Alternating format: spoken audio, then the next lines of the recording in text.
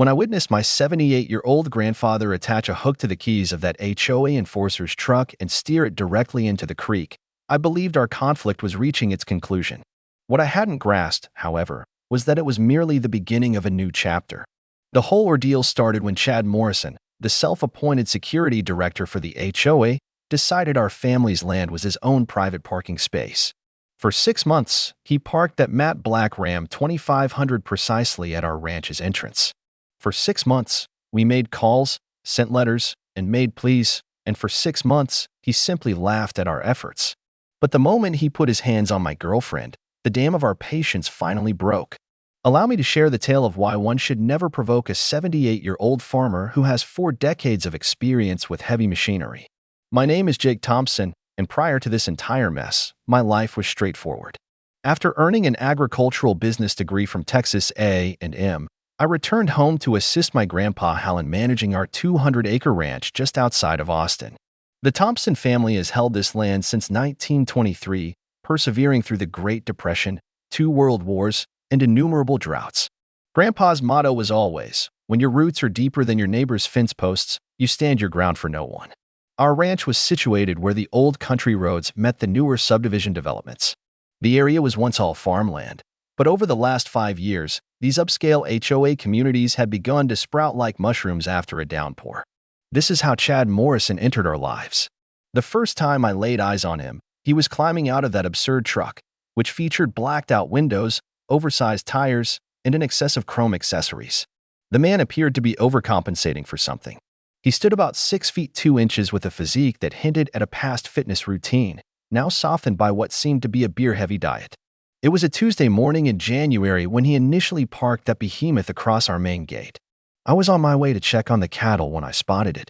The enormous black truck obstructed the entrance like some kind of contemporary Berlin Wall. My initial thought was that it had to be a mistake.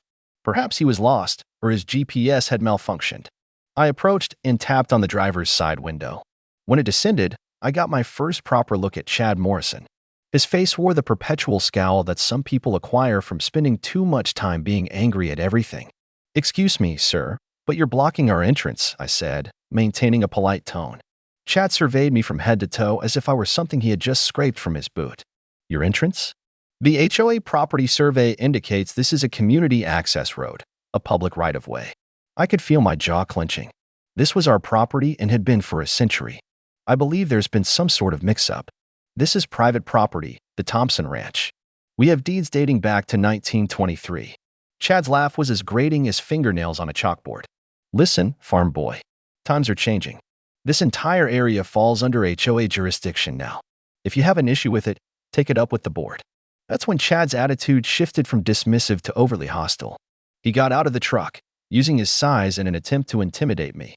"You don't want any trouble, do you? Then perhaps you shouldn't be touching my vehicle." He then took out his phone and began to record. "I'm documenting this exchange for the HOA board. Harassment by property owner. Attempted damage to an HOA security vehicle." I took a step back, holding my hands up. "Man, I'm just trying to get to my cattle. Can we find a solution?" Chad leaned against his truck with his arms crossed. "Here's the solution we're going to work out, Junior. I park wherever I must to perform my duties. Your little farm here is detracting from the aesthetic of our community. The HOA board is currently reviewing the zoning for this whole area. It might be time for you to consider selling and relocating somewhere more rural." The way he uttered the word rural made it sound like an insult. I stood there, attempting to make sense of the situation. This stranger had just informed me that my family's century-old ranch was spoiling his community's visual appeal and recommended that we sell. "Look, Chad, it's Mr. Morrison to you, farm boy. Mr. Morrison, this is my family's land. We aren't going anywhere, but we are willing to be good neighbors. Maybe we can agree on a schedule." Chad chuckled and shook his head. "You still don't understand, do you? This is not a negotiation. This is me telling you how things will be from now on." He reached into his truck, retrieved a clipboard, wrote something down, and then handed me a sheet of paper. "Here's the HOA's official notice. Parking enforcement.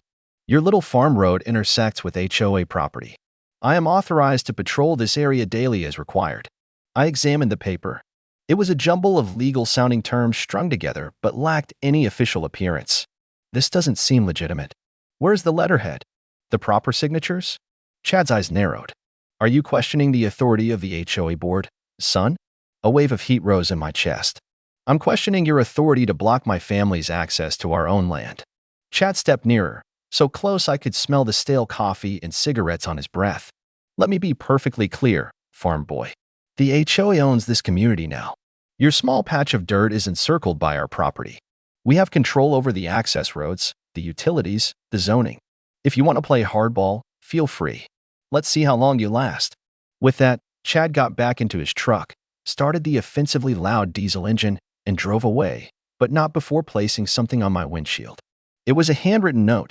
This is HOA property now. Deal with it. I stood there holding the note, a mixture of anger and disbelief welling up inside me.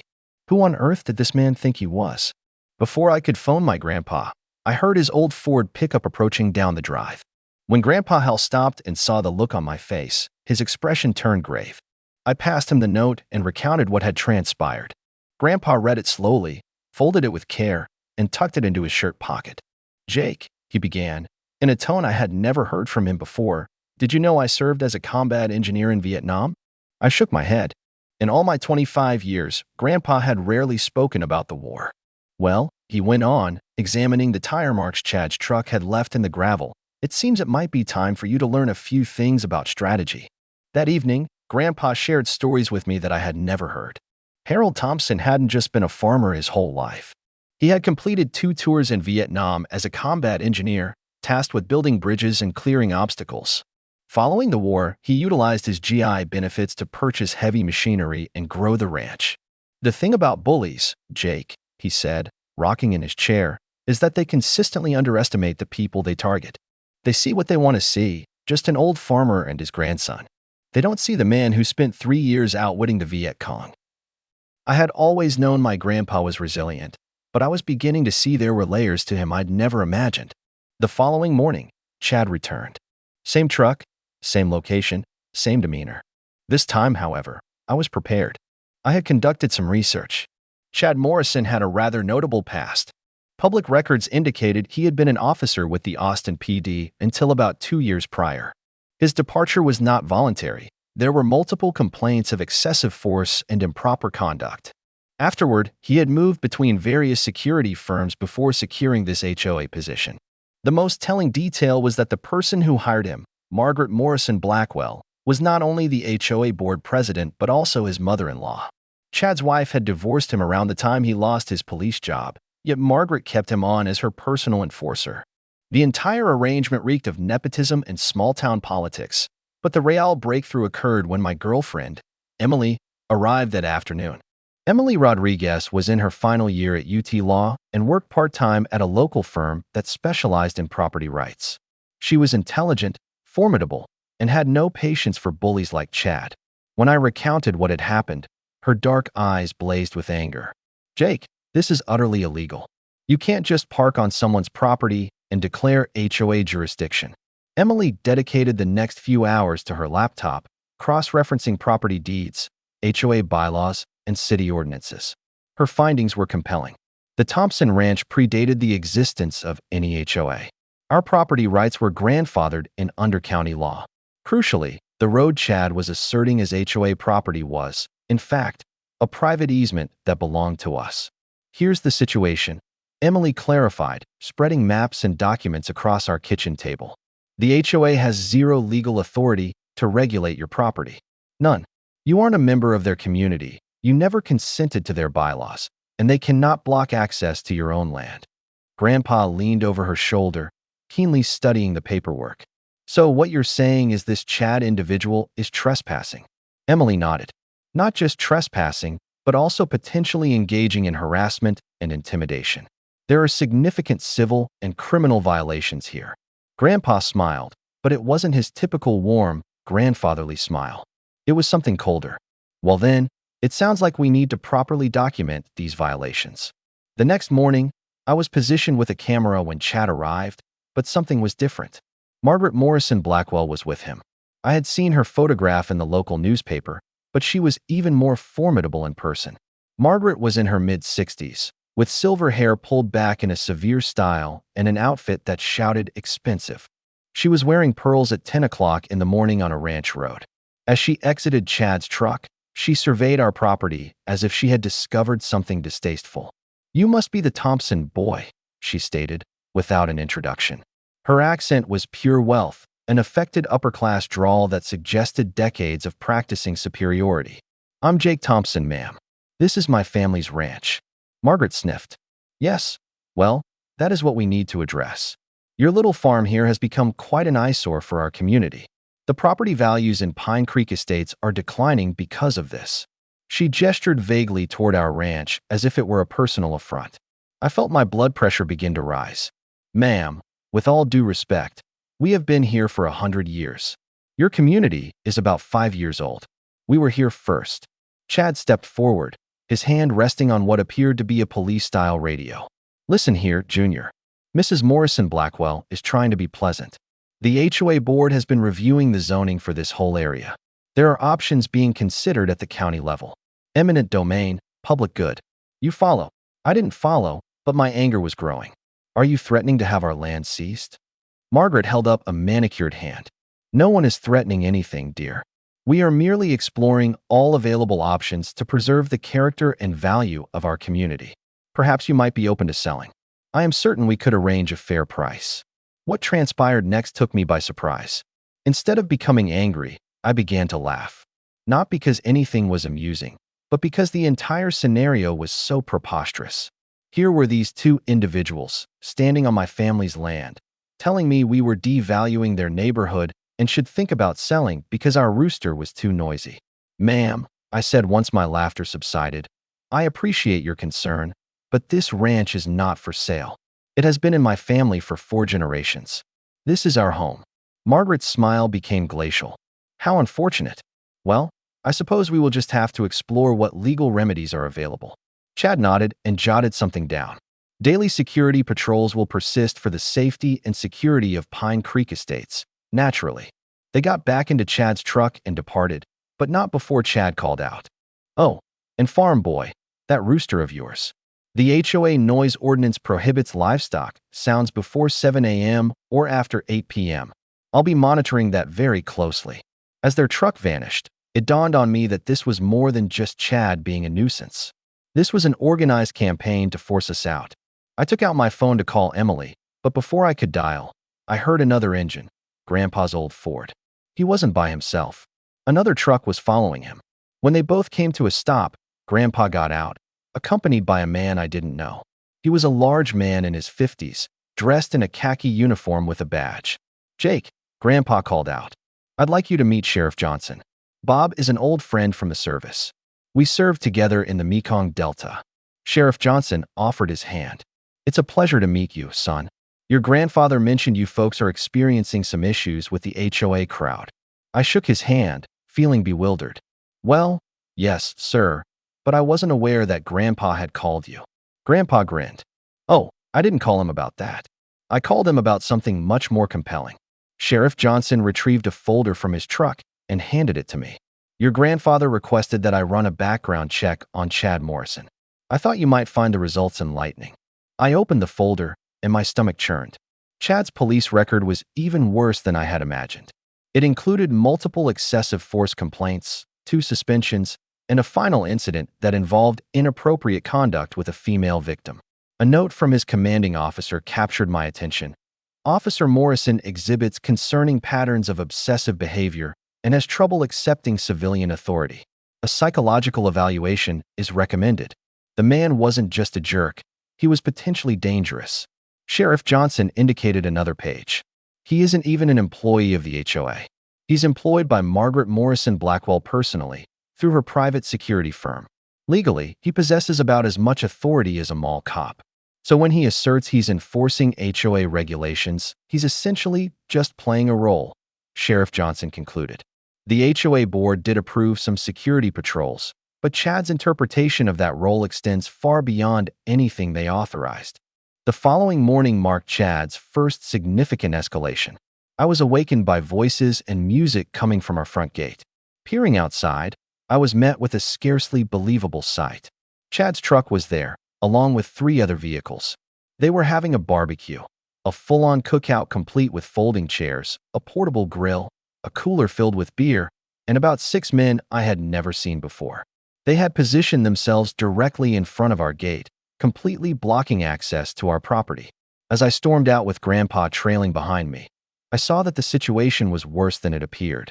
They had shifted our gate posts to create more space and had strewn trash all over our gravel drive. One of Chad's companions, a heavily built man with tattoos, was grilling hamburgers on our land. "What in the hell is this?" I yelled over the music. Chad glanced up from his lawn chair, a beer in his hand. "Hey there, farm boy. Just a little community get-together. HOA business, you know." His friends chuckled. "This is private property," I stated, attempting to keep my voice steady. "You need to pack up and leave now." Chad rose slowly, making a performance of it. "Well, that's the issue. We're having a discussion about property lines. According to county records, this road right here is actually a public easement. Has been since 1965. I felt Grandpa's cautionary hand on my shoulder. These individuals had trespassed on our land, moved our gate, and were now literally hosting a party on our property. "Chad, I am asking you one last time to leave peacefully." Chad exchanged glances with his friends, and they all laughed. "Or what, Junior? You'll call the police?" Newsflash, I'm friends with all the cops. He took out his phone and started to dial. My heart sank. If Chad truly had connections with the police, they might take his side. But Grandpa stepped forward, as calm as could be. "Chad, is it? I'm Harold Thompson. This is my property. You and your friends are trespassing. You have damaged our gate posts and littered on our land. I am giving you 10 minutes to clean up and depart." Chad laughed aloud. "Or what, old man? You're going to set your grandson on me." Grandpa smiled, that dangerous smile. "Oh no, son. I'm going to handle this personally." He took out his own phone and made a call. "Bob, it's Hal. Yes, that situation we talked about has escalated.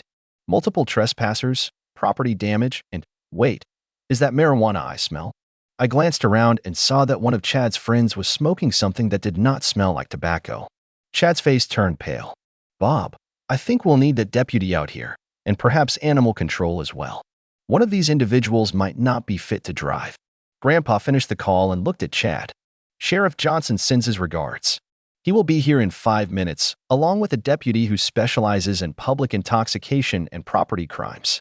Suddenly, Chad's party no longer seemed like such a great idea. His friends packed up in a rush, scattering more trash everywhere. But Chad wasn't finished. As they were loading the grill, he got right in my face. "This isn't over, farm boy. The HOA board convenes next week. And guess what the main agenda item is? Your little farm. Zoning violations. Environmental impact. We are going to inundate you with paperwork until you beg us to buy you out." I wanted to punch him so badly that my fists were trembling. But Grandpa stepped between us. "Chad, I believe you should leave now. The sheriff dislikes being kept waiting." Sheriff Johnson showed up 10 minutes later. We showed him the damage and the trash, and I provided a detailed statement. He took photographs, filled out a report, and assured us of extra patrols. As he was about to leave, he pulled me aside. "Jake, this is likely to get worse before it improves. Chad is embarrassed now, and men like him do not handle embarrassment gracefully. Start documenting everything: cameras, written logs, witness statements. Build your case." I nodded, reflecting on what Chad had mentioned about the HOA board meeting. "Sheriff, what can the HOA board actually do to us?" Sheriff Johnson sighed. "More than they ought to, but not as much as they believe. With the right connections at City Hall, they can make your life difficult. They can file complaints, request inspections, and lobby for zoning changes. It's all technically legal, but it becomes harassment when targeted at a single property." As he drove off, I looked at the mess Chad had created: beer cans, cigarette butts, and grease stains on our gravel. But as I stood there, I saw that Grandpa was smiling. "Why are you smiling?" "They trashed our property." Grandpa bent down and picked up a beer can. "Because, my boy, they just made their first major blunder." Emily discovered what Grandpa meant by first major blunder when she showed up with legal documents and a camera. Texas has stringent laws concerning property damage, trespassing, and public intoxication on private land.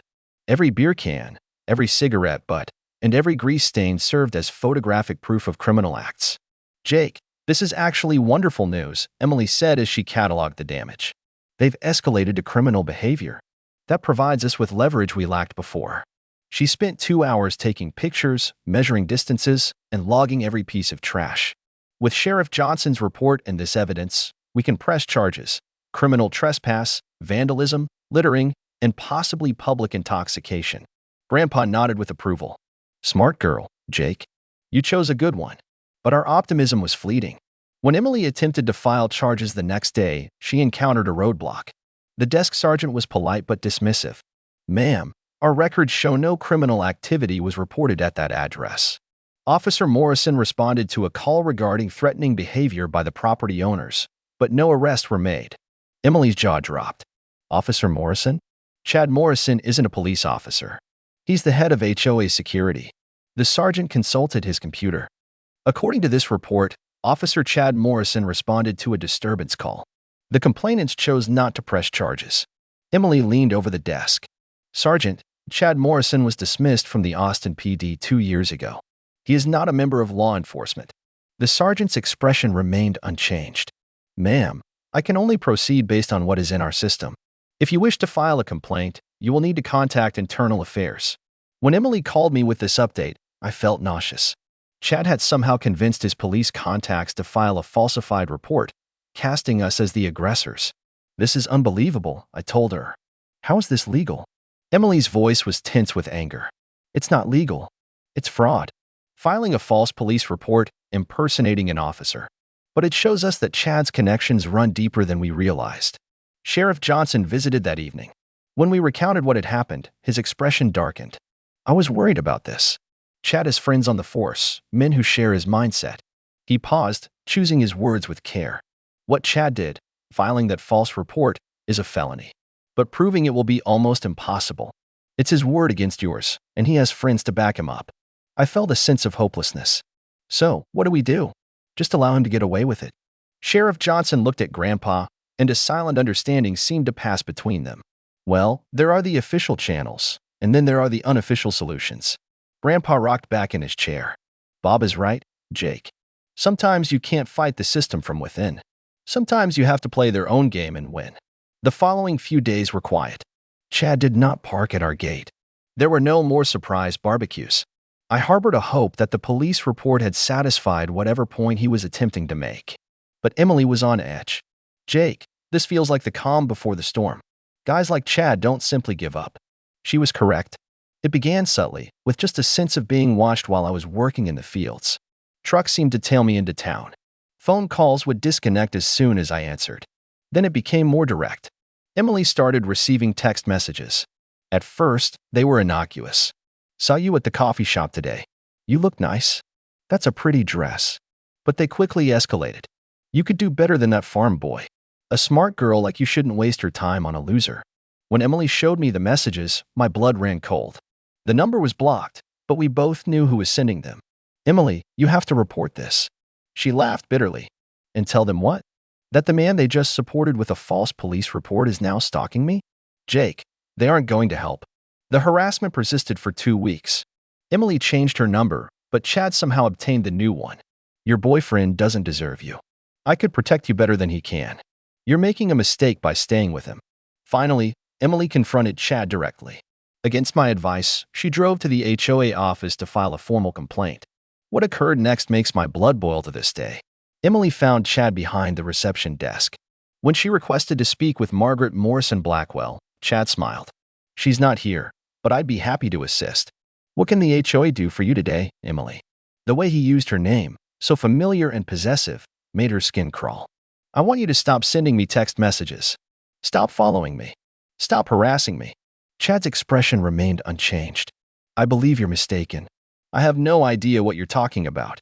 Emily showed him the messages, but Chad held up his hand. Emily, I think you might be under a great deal of stress. Dating Jake Thompson can't be easy.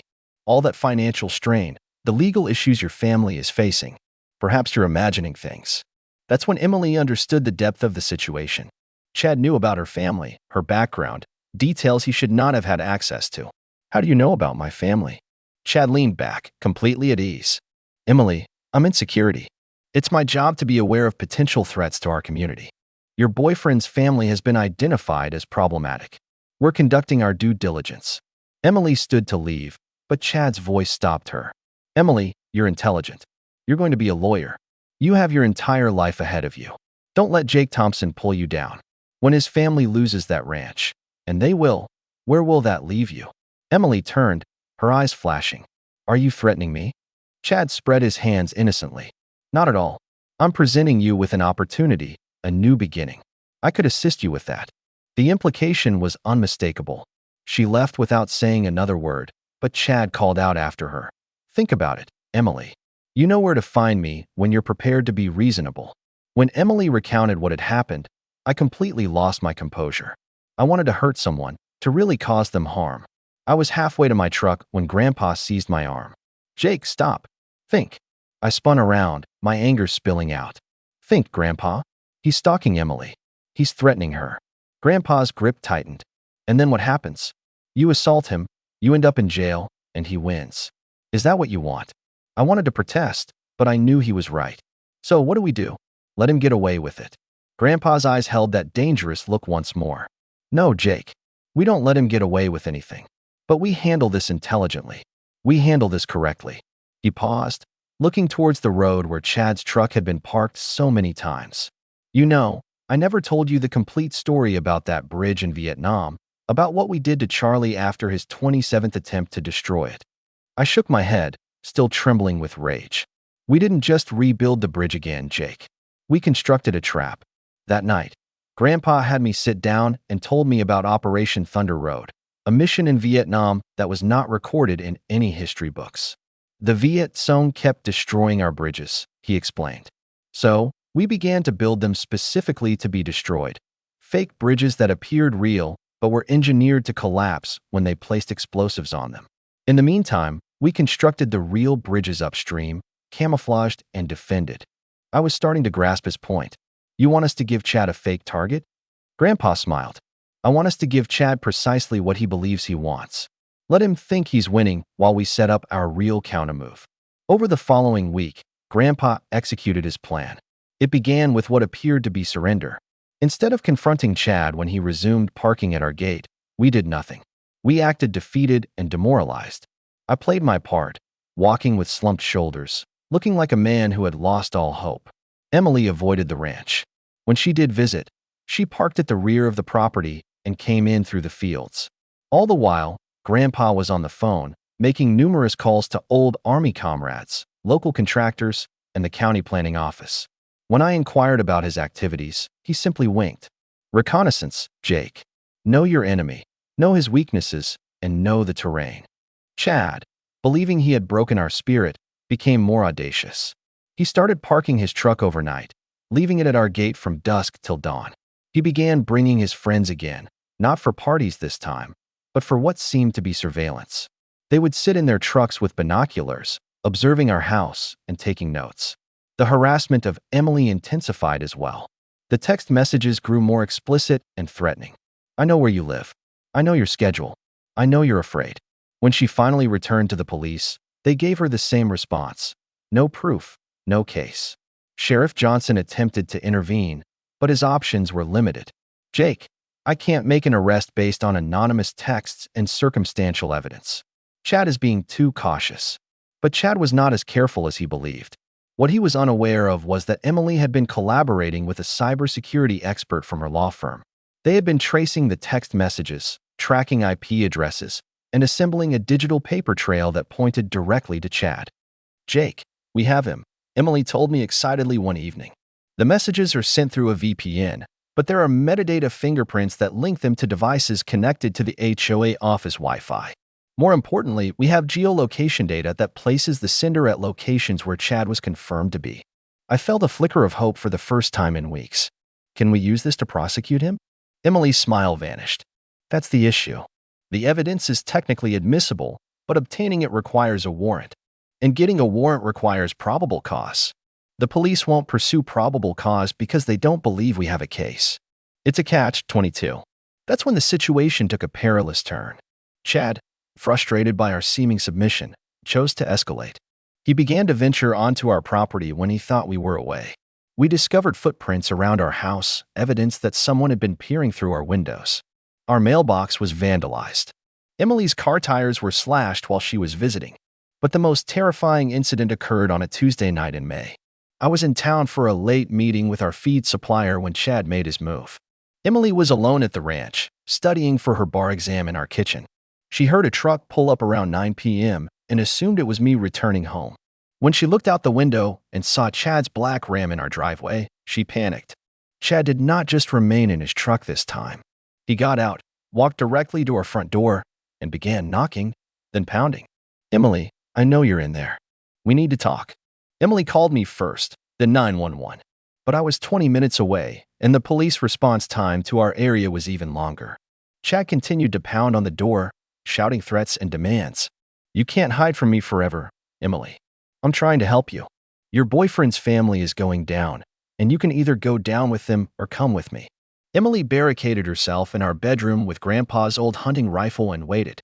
For 45 minutes, Chad circled our house, peering through windows, testing doors, and shouting a mixture of threats and promises. "I can protect you, Emily. I can give you everything that loser Jake can't. Don't make me do this the hard way." When I finally got back, Chad was gone, but he had left his mark. Our flower garden was destroyed, trampled flat. The windshield of Emily's car was shattered, and on our front door, scratched into the paint with a knife or key, was a message, "Last chance." Emily was in a state of shock, clutching that rifle as if her life depended on it. When I tried to embrace her, she flinched. "Jake, he's crazy. Genuinely crazy. He's not going to stop." I felt something inside me shatter. The woman I loved was terrorized and traumatized because of some psychopath with a badge complex and a grudge against my family. The police showed up 2 hours later. It was the same desk sergeant who had dismissed Emily's earlier complaints. He took a report and photographed the damage, but when Emily tried to explain the stalking and harassment, he interrupted her. "Ma'am, did you actually witness Mr. Morrison committing these acts of vandalism?" Emily stared at him in disbelief. "Are you serious?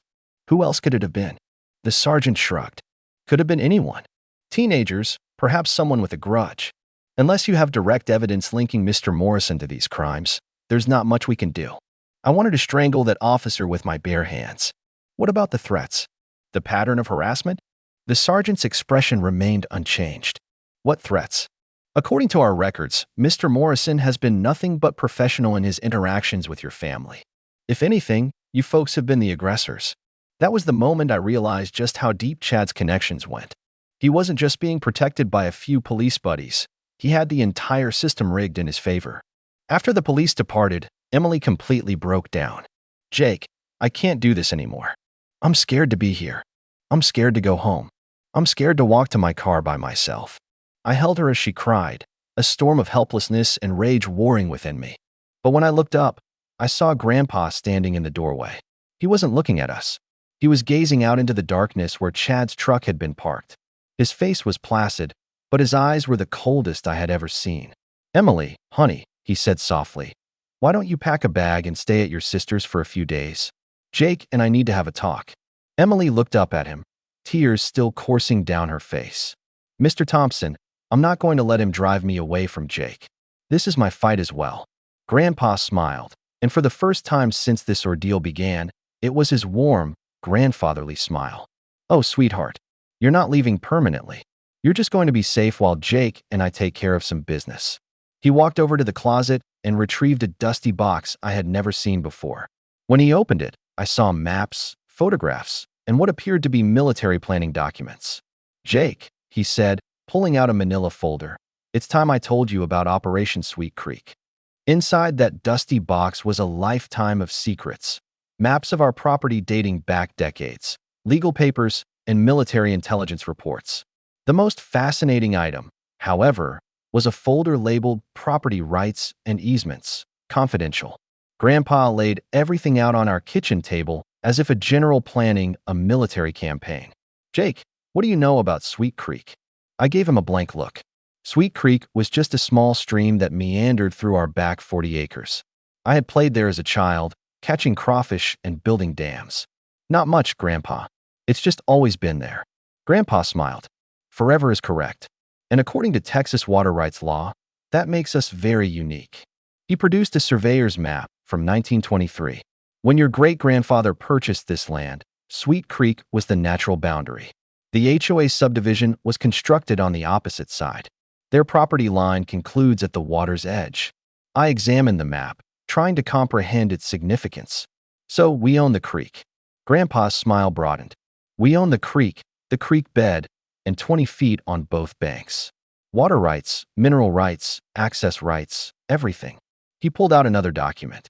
Chad has been parking in a location that is ideal for what the Army Corps of Engineers terms a strategic relocation. I was beginning to understand.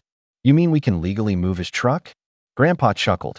According to Texas property law, any vehicle left abandoned on private property for over 72 hours becomes the legal responsibility of the property owner. We have the right to impound it, store it, and assess storage fees. A sense of excitement started to build in me. But Chad moves it every few days. Grandpa's eyes twinkled. Does he? Are you certain? The following morning, Grandpa revealed what he meant. Chad's truck was parked in its customary spot, but there was something different about it. Then, Grandpa passed me a pair of binoculars. Look at the license plate.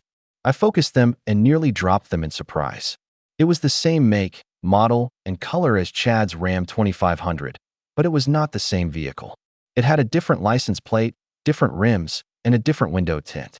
Grandpa, that's not Chad's truck. Grandpa nodded with approval. This truck belongs to Jimmy Patterson, one of Chad's drinking companions. I lowered the binoculars, confused. But why? Grandpa's smile was predatory. Because Chad thinks he's being clever. He's rotating vehicles. Different truck, different owner, same harassment. But Grandpa had been meticulously documenting everything. Photos, timestamps, license plate numbers. He had logged every vehicle, every visitor, and every incident. Jake, I want you to meet someone. That afternoon, a woman in her 50s, dressed in a business suit, arrived. This is Margaret Sullivan. She's what is known as a demolition lawyer. Margaret Sullivan had the appearance of someone you would not want to oppose in court. She had sharp eyes behind wire-rimmed glasses and a handshake that suggested she had crushed stronger men for breakfast. Mr. Thompson, what Mr. Morrison and the HOA have been doing is not just harassment. It's racketeering. She opened her briefcase. I specialize in cases where local authorities have been compromised. Your Chad Morrison is a minor player compared to some of the cases I've handled. Margaret spent 2 hours reviewing all our information, the text messages, the property damage, the false police reports, and the pattern of escalation. What truly captured her interest was Grandpa's documentation of the vehicle rotation scheme. This is excellent evidence of organized harassment. In federal court, this would be classified as conspiracy under the RICO statutes.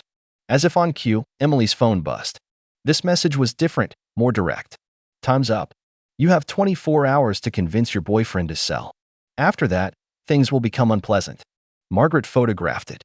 That is a direct threat. We can obtain a restraining order. But Grandpa shook his head.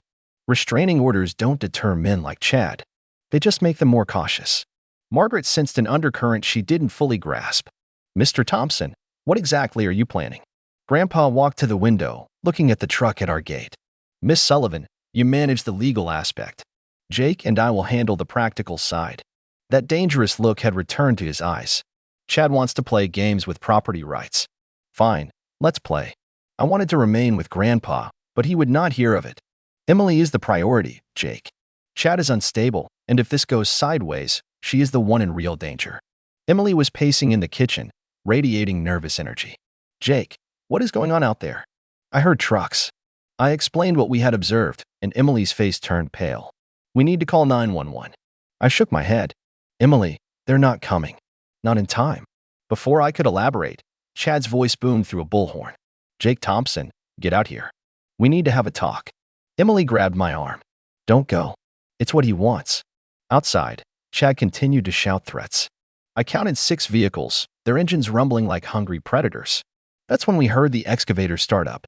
Through the window, we could see its lights moving like the eyes of some metallic beast. Chad's voice cracked with uncertainty. What the hell is that, old man? You better not be doing something foolish. Emily and I moved to the front window. What we witnessed made my jaw drop. Grandpa was seated in the excavator's cab, wearing his old army helmet and maneuvering the massive machine towards Chad's actual Ram 2500, which was parked at our gate.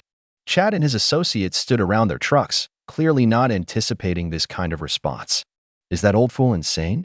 Chad shouted. He can't do that. But Grandpa brought the excavator to a halt 10 feet from the truck and switched off the engine. The resulting silence was deafening. Then, his voice echoed across the darkness. "Chad Morrison, you are trespassing on private property. You have 5 minutes to remove your vehicles and leave." Chad's reply was instantaneous. "Old man, this is HOA property." That's when Grandpa produced a bundle of official documents. "According to these county surveys, you are parked on Thompson family property. This vehicle has been abandoned here for more than 72 hours, which, under the Texas Property Code, allows me to claim salvage rights." Chad was livid. "That's a lie. That truck hasn't been here for 3 days." Grandpa smiled. "Jimmy Patterson's truck hasn't. Your truck has been here since Monday morning. 78 hours and counting." He gestured toward our security cameras. "Full video documentation is available." Chad looked around frantically, realizing he had been outplayed. Instead of retreating, he pulled out his fake badge. "I'm placing you under citizen's arrest." He had made it halfway to the excavator when headlights flooded the scene. Sheriff's department vehicles were approaching rapidly. For patrol cars and Sheriff Johnson's truck, all with their emergency lights flashing. "Everyone freeze. Hands where we can see them." Chad stopped in his tracks as officers poured out with their weapons drawn. Sheriff Johnson stepped forward with his own bullhorn. "Chad Morrison, son, drop the fake badge and step away." "Sheriff Johnson, this maniac is trying to steal my truck." The sheriff laughed harshly. "Your truck, Chad? That truck is registered to Margaret Morrison Blackwell. She reported it stolen 3 hours ago." I felt Emily's hand grip mine as the pieces of the puzzle fell into place. Chad looked desperate, surrounded, and utterly defeated. "That's impossible. Margaret gave me permission." Sheriff Johnson nodded to his deputies. "She just signed a sworn statement asserting she never gave you permission to take any of her vehicles. She's pressing charges for theft, harassment, and fraud." Chad's eyes darted around like those of a cornered animal. "This is a setup." Sheriff Johnson sighed. "Chad, you are under arrest for vehicle theft, harassment, stalking, trespassing, impersonating a police officer, and about a dozen other charges." That's when Chad completely lost control. He lunged toward his truck, likely thinking he could escape, but he had forgotten about the excavator and Grandpa. What happened next was pure poetry in motion. As Chad ran, Grandpa started the excavator. The massive machine swung into action, its bucket sweeping in a perfect arc. It didn't strike Chad. Grandpa was far too precise for that. Instead, it scooped up the entire front end of the ram as if it were a toy. The truck's rear wheels lifted off the ground as the excavator raised it 8 feet into the air. Chad stopped and stared at his truck, now dangling above Sweet Creek. "What the hell are you doing?" Grandpa's voice was calm now. "Just helping you understand property rights, son. This truck was abandoned on my land, making it my responsibility to dispose of it properly." He maneuvered the machine so that the truck hung directly over the deepest part of Sweet Creek. "Now, I could haul it to an impound lot for a $500 fee. Or," the truck swayed gently above the dark water. Sheriff Johnson was grinning. "Chad, I would listen to what Mr. Thompson has to say." Chad panicked. "You can't do this. That's destruction of property." Grandpa tilted his head thoughtfully. "Is it? Technically, this vehicle was abandoned on my property. Under Texas law, I have the right to dispose of abandoned property as I see fit. Plus, there are all the damages you've caused. I figure this truck's value just about covers what you owe me." Chad's face turned a shade of purple. "I'll sue you. I'll have your ranch." Sheriff Johnson interjected. "Chad, you're about to be charged with enough felonies to put you away for 10 years. You won't be suing anyone." Grandpa glanced at the sheriff. "Bob, is there any legal requirement to preserve stolen property as evidence?" Sheriff Johnson pretended to ponder the question. "Well, Hal, we have plenty of other evidence. Photos, video, witness statements. One more photograph for the case file should be sufficient." Emily and I watched as Grandpa slowly opened the excavator's bucket. Chad's truck tilted forward, teetered for a moment, and then plunged into Sweet Creek with a tremendous splash that echoed through the hills. Chad let out a wail like someone had just killed his dog. "My truck!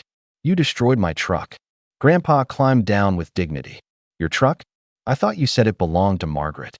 Chad charged toward Grandpa, but deputies intercepted him before he could take 3 steps. As they handcuffed him, Chad screamed threats and curses, but his words were lost in a wave of applause. not just from us, but from neighbors who had come out from the darkness to witness the spectacle. Sheriff Johnson walked over to Grandpa. How? That was beautiful. Completely legal, fully justified, and absolutely perfect. 6 months later, Chad Morrison was sentenced to 8 years in prison. Margaret Morrison Blackwell covered all the damages and paid a substantial settlement for the harassment. She dissolved the HOA security program and, surprisingly, became a friend. Emily passed the bar exam and established her own law practice. Our ranch is peaceful now. We use that spot by the creek for family barbecues, where Emily delights in telling visitors about the night Grandpa taught a small-town tyrant about gravity and property rights. And every time I hear the waters of Sweet Creek flowing, I am reminded of the most valuable lesson Grandpa ever taught me. Never underestimate a 78-year-old farmer with an excavator and 40 years of experience in teaching fools about boundaries.